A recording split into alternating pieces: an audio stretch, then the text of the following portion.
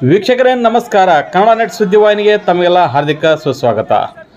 ಬೆಲೆ ಏರಿಕೆಯನ್ನು ಖಂಡಿಸಿ ಕೊಪ್ಪಳ ಜಿಲ್ಲಾ ಕಾಂಗ್ರೆಸ್ ವತಿಯಿಂದ ಇಂದು ಕೊಪ್ಪಳದಲ್ಲಿ ಪ್ರತಿಭಟನೆಯನ್ನು ನಡೆಸಲಾಯಿತು. ಅಶೋಕ್ ಸರ್ಕಲ್ನಿಂದ ಕುಷ್ಟಗಿ ಸರ್ಕಲ್ವರೆಗೆ ನಡೆದಂಥ ಈ ಪ್ರತಿಭಟನೆಯ ನೇತೃತ್ವವನ್ನು ಡಿಸಿಸಿ ಅಧ್ಯಕ್ಷ ಮಾಜಿ ಸಚಿವ ಅಮರೇಗೌಡ ಬಯ್ಯಾಪುರ್ ವಹಿಸಿಕೊಂಡಿದ್ದರು.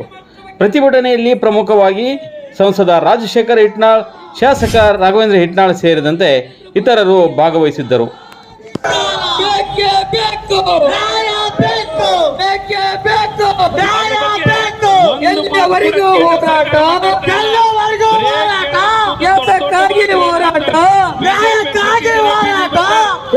ಇವತ್ತು ಬಡವರು ಪಟ್ಟಿಗೆ ಬರಿ ಎಳೆತಕ್ಕಂತ ಕೆಲಸವನ್ನ ಒಬ್ಬರು ಕೂಡ ಮಾತಾಡ್ತಾ ಇಲ್ಲ, ಬರೀ ದೊಡ್ಡ ದೊಡ್ಡ ಭಾಷಣ ಮಾಡ್ತಾರೆ. ಇವತ್ತು ಮಾರ್ಚ್ ಏಪ್ರಿಲ್ ಮೇರೆಗ ಉದ್ಯೋಗ ಖಾತ್ರಿಯಲ್ಲಿ ಸುಮಾರು ಲಕ್ಷಗಟ್ಟಲೆ ಜನ ಕೆಲಸ ಮಾಡ್ತಾ ಇದ್ರು, ಲಕ್ಷಗಟ್ಟಲೆ ಜನ ಕುಟುಂಬಕ್ಕೆ ಉದ್ಯೋಗ ಸಿಗ್ತಾ ಇತ್ತು. ಉದ್ಯೋಗ ಖಾತ್ರಿ ಕೂಡ ಬಂದ್ ಮಾಡಿದ್ರು. ಇವತ್ತು ಬಡವರಿಗೆ ಹೊಟ್ಟೆ ಹೊಡಿತಕ್ಕಂತ ಕೆಲಸ ಮಾಡಿದ್ರು, ಮತ್ತೆ ಬೆಲೆ ಏರಿಕೆ ಮಾಡಿ ಆ ಹೊಟ್ಟಿ ಮೇಗ ಖಾಲಿ ಹೊಟ್ಟಿ ಮೇಲೆ ಬರಿ ಇರ್ತಕ್ಕಂಥ ಕೆಲಸವನ್ನ ಕೇಂದ್ರ ಸರ್ಕಾರ ಮಾಡ್ತಾ ಇದೆ. ನಿತಿನ್ ಗಡ್ಕರಿ ಅವರು ನಾನು ಪೆಟ್ರೋಲ್ ಡೀಸೆಲ್ ಮುಖ ನೋಡೋದಿಲ್ಲ, ನಂದು ಏನಿದ್ರು ಎಥೆನಾಲ್ ಅಂತ ಹೇಳ್ತಾರೆ. ಎಥೆನಾಲ್ಗೆ 1 ಲೀಟರ್ ಎಥೆನಾಲ್ ನಾವು ರೆಡಿ ಬ್ಯಾರಲ್ ನಾವು ನೀರು ಖರ್ಚು ಮಾಡಬೇಕಾಗುತ್ತೆ. ಇವತ್ತಾಗಲೇ ಟ್ರಂಪ್ ಅವರ ಒಂದು ಆದೇಶದ ಮೇರೆಗೆ ಡೇಟಾ ಸೆಂಟರ್ ಅನ್ನ ನಮ್ಮ ಭಾರತ ದೇಶಕ್ಕೆ ತಂದು, ಒಂದು ಡೇಟಾ ಸೆಂಟರ್ಗೆ ಒಂದು ಡ್ಯಾಮಿಗೆ ಬೇಕಾಗಿರುತ್ತೆ, ನೀರು ಬೇಕಾಗುತ್ತೆ. ಮುಂದಿನ ದಿನಮಾನಗಳಲ್ಲಿ ಇದಕ್ಕಿಂತ ಕಷ್ಟಕರವಾದ ಪರಿಸ್ಥಿತಿ ಬರುತ್ತೆ. ಹಾಗಾಗಿ ಅನೇಕ ಮಾತನಾಡಿದ್ದಾರೆ.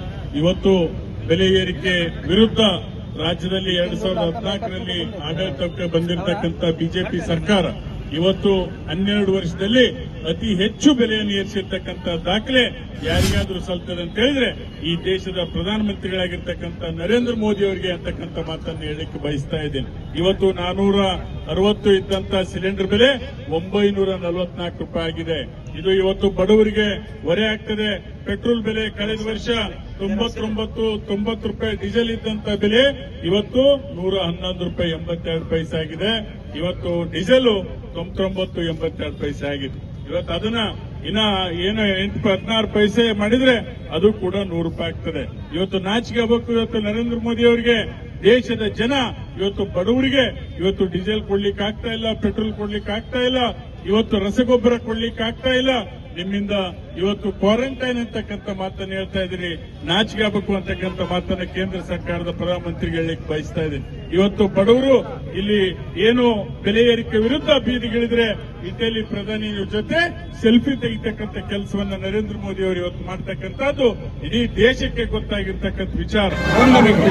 ಧನ್ಯವಾದಗಳು ಸನ್ಮಾನ್ಯ ಶ್ರೀ ಅಮರೇಗೌಡ ಬಯ್ಯಾಪುರ್ ಪಾಟೀಲ್ ಸಾಹೇಬರಿಗೆ. ಈಗ ಈ ಸಭೆಗೆ ಆಗಮಿಸಿ ಈ ಒಂದು ಪ್ರತಿಭಟನೆಯನ್ನು ಯಶಸ್ವಿಗೊಳಿಸಿದಂತ ಎಲ್ಲ ಕಾಂಗ್ರೆಸ್ ಕಾರ್ಯಕರ್ತರಿಗೂ, ನಾಯಕರಿಗೂ ಹಾಗೂ ಪತ್ರಿಕಾ ಮಿತ್ರರಿಗೂ, ಪೊಲೀಸ್ ಸಿಬ್ಬಂದಿಯವರಿಗೂ, ಎಲ್ಲ ಮಹಿಳಾ ಘಟಕದ ಅಧ್ಯಕ್ಷರಿಗೂ ವಂದಿಸಿ ಈ ಕಾರ್ಯಕ್ರಮಗೊಳಿಸಲಾಗುತ್ತದೆ.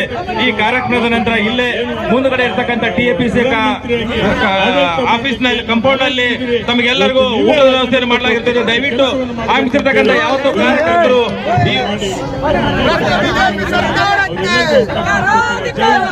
ನಮ್ಮ ಬಿಜೆಪಿ ಸರ್ಕಾರ ಬಂದ ಮೇಲೆ ಏನೇನು ರೇಟ್ಗಳು ಏರಿವನ್ನೋದನ್ನ ಜೊತೆಗೆ ಇವತ್ತು ಆ ಎಲ್ಲ ರೇಟ್ಗಳು ಏರುವುದರಿಂದ ದಿನನಿತ್ಯದ ಬಳಕೆಯ ವಸ್ತುಗಳಾದ ಎಣ್ಣೆ, ಬೇಳೆ, ಬೆಲ್ಲ, ಗೋಧಿ ಇವೆಲ್ಲವೂ ಕೂಡ ಏರಿಕೆ ಆಗ್ತಕ್ಕಂಥದ್ದು ನಾವು ನೋಡ್ತಾ ಇದ್ದೀವಿ.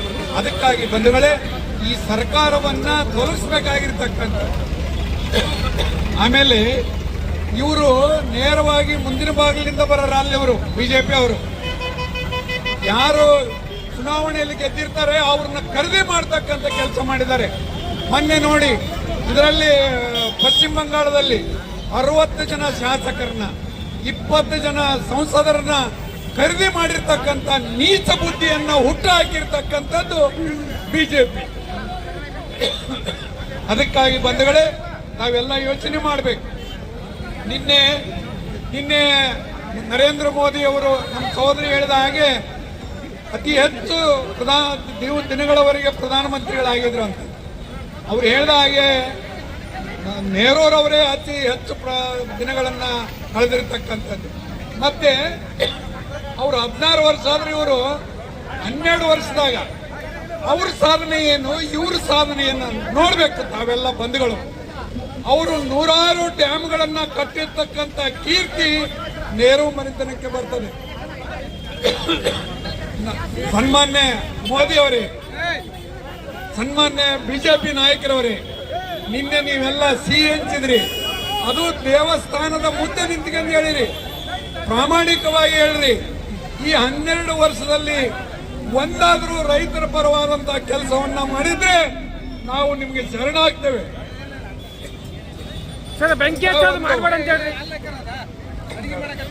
ಇಂಥ ಒಂದು ಕೆಲಸ ಆಗ್ತಾ ಇದೆ. ಆದ್ರಿಂದ ಈ ದೇಶದ ವಿದ್ಯಮಾನಗಳನ್ನ ಮಾಧ್ಯಮದ ಗೆಳೆಯರು ಅರ್ಧಕ್ಕರ್ಧಷ್ಟು ತೋರಿಸ್ತಾರ, ಪೂರ ತೋರಿಸಿಲ್ಲ.